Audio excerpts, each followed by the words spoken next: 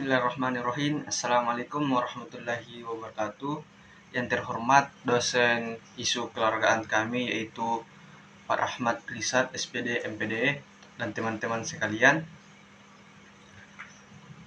Kenalkan, nama saya Abdul Salam dari IKOR C dengan NIM 230303501022.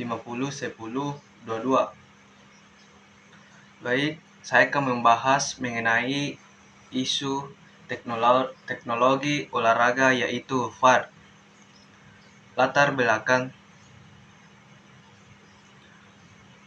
VAR adalah singkatan dari Video Assistant Referee yang merupakan teknologi yang digunakan dalam sepak bola untuk membantu wasit dalam pengambilan keputusan selama pertandingan.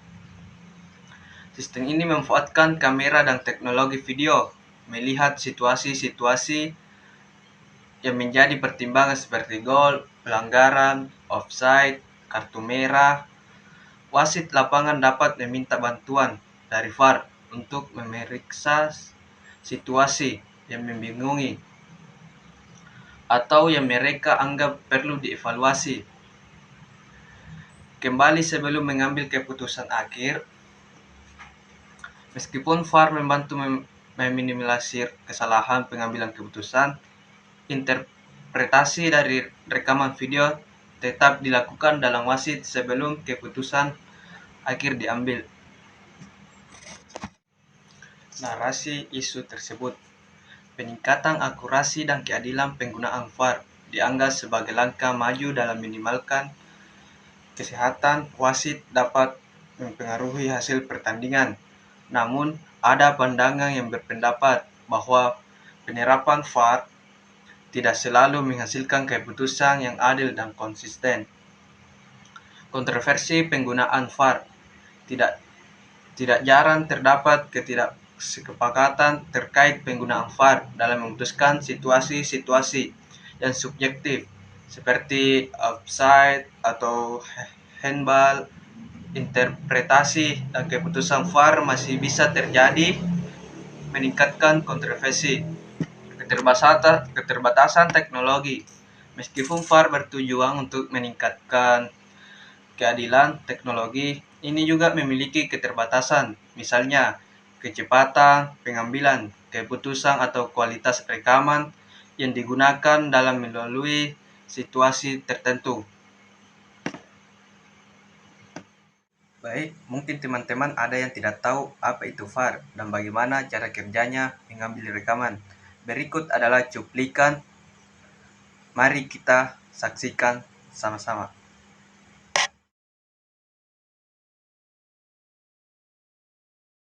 Beberapa tahun belakangan ini, jagat sepak bola diramaikan dengan perdebatan mengenai video assistant referee atau VAR dalam sebuah pertandingan sepak bola. Ada yang mendukung dan ada pula yang menentang keberadaan VAR ini. Lalu apa kira-kira syarat untuk menggunakan VAR dalam sebuah pertandingan? Selain menyediakan teknologinya, yaitu VAR, pihak panitia pertandingan juga perlu mempersiapkan tempatnya. Dalam pertandingan yang menggunakan VAR, harus ada ruang operasi video atau video operation room dan setidaknya satu area ulasan wasit atau referee review area atau RRA.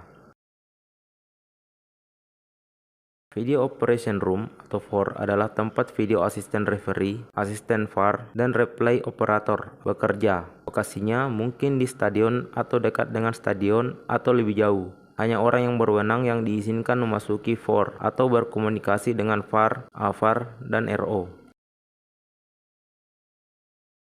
Dalam pertandingan yang menggunakan VAR, harus ada setidaknya satu RRA di mana wasit melakukan review tinjauan lapangan atau on-field review atau FR. RRA harus di lokasi yang terlihat di luar bidang permainan dan ditandai dengan jelas. Seorang pemain atau pemain pengganti yang memasuki RRA akan diperingatkan. Seorang petugas tim yang memasuki RRA akan secara terbuka diberi peringatan resmi.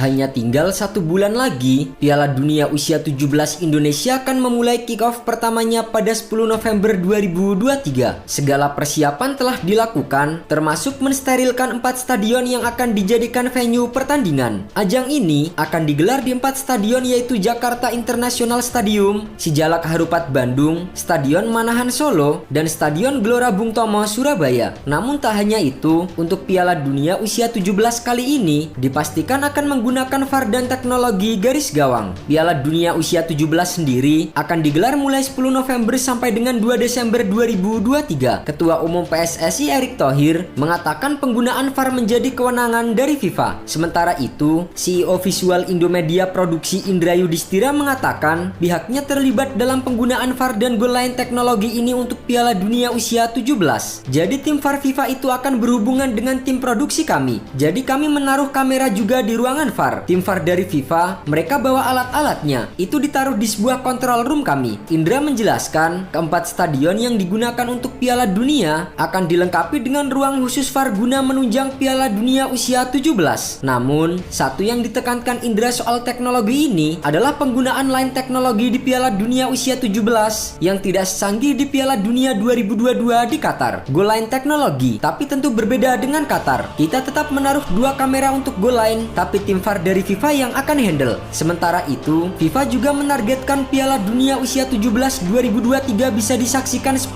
sampai dengan 18.000 penonton. Kesimpulan, penggunaan teknologi VAR dalam sepak bola adalah contoh yang menarik tentang bagaimana teknologi dapat mempengaruhi olahraga sejak keseluruhan.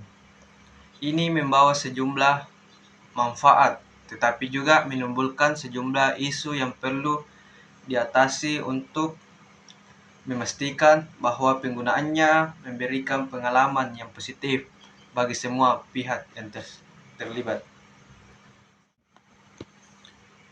Baik, kebijakan isu pertama, pengembangan kebijakan terkait VAR harus mengakomodasi kekhawatiran serta keseimbangan keadilan dalam sepak bola. Yang pertama, standarisasi penggunaan VAR. Membuat panduan yang jelas dan konsisten tentang kapan dan bagaimana VAR digunakan dalam pertandingan. Hal ini akan membantu mengurangi kecerahan dan meningkatkan konsistensi dalam pengambilan keputusan. Kedua, pelatihan dan pendidikan. Menyediakan pelatihan dan memadai bagi wasit dan pengguna VAR untuk memahami teknologi dengan lebih baik, serta bagaimana menerapkan secara konsisten dan adil. Transparansi dan komunikasi. Meningkatkan transparansi terkait keputusan yang diambil oleh VAR dengan memberikan penjelasan yang lebih baik kepada penonton dan pemangku kepentingan. Informasi lainnya, seperti melalui komunikasi publik atau memberikan tambahan selama pertandingan. Selanjutnya, evaluasi dan penyelesaian berkelanjutan. Melakukan evaluasi secara terus-menerus terhadap pengguna VAR, mendengarkan masukan dari berbagai pihak terkait, dan melakukan penyelesaian atas kebijakan yang telah ditetapkan sesuai dengan perkembangan teknologi dan pandangan masyarakat. Sebelum saya menutup, saya berterima kasih kepada dosen isu keolahragaan Pak Rahmat Irsad dan teman-teman sekalian. Mohon maaf apabila ada kesalahan dari materi saya. Saya tutup dengan ucapan Assalamualaikum warahmatullahi wabarakatuh.